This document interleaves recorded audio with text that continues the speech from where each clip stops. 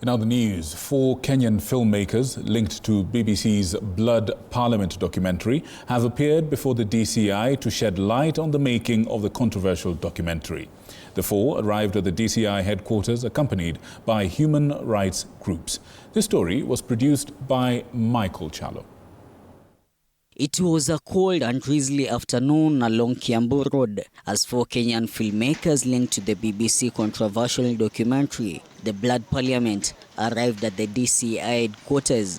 Summoned by the Directorate of Criminal Investigations, the journalists were expected to shed light on the making of the controversial film, even after the British Broadcasting Corporation BBC denied their participation in the feature. The 4 were backed by human rights defenders, among others, with the expectation to retrieve their equipment, which had been seized last Friday after a raid in their offices in Karen.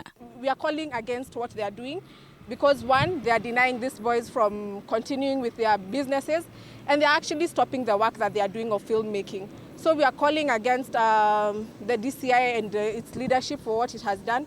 And further, even them summoning today, it's against their liberty. So therefore, we are now making the call for them to have their property released back to them so that they can continue doing what they do, which is essentially to make independent films.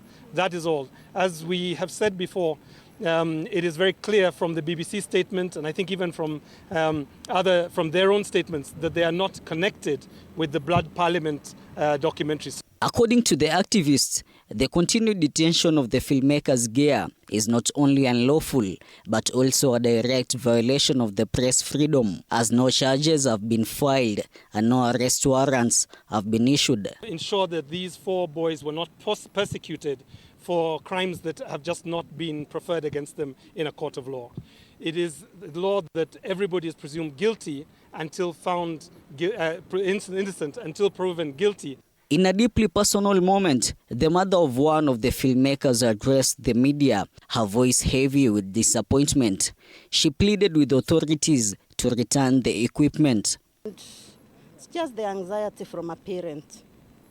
We have gone through a lot of torture. From Friday, watching through social media that your son, you know what I mean, kindly. Just release the documents to them so that they continue earning their own living. But we have the anxiety. The 4 were arrested on Friday in Nairobi and later released. Mike Chelo, TV 47.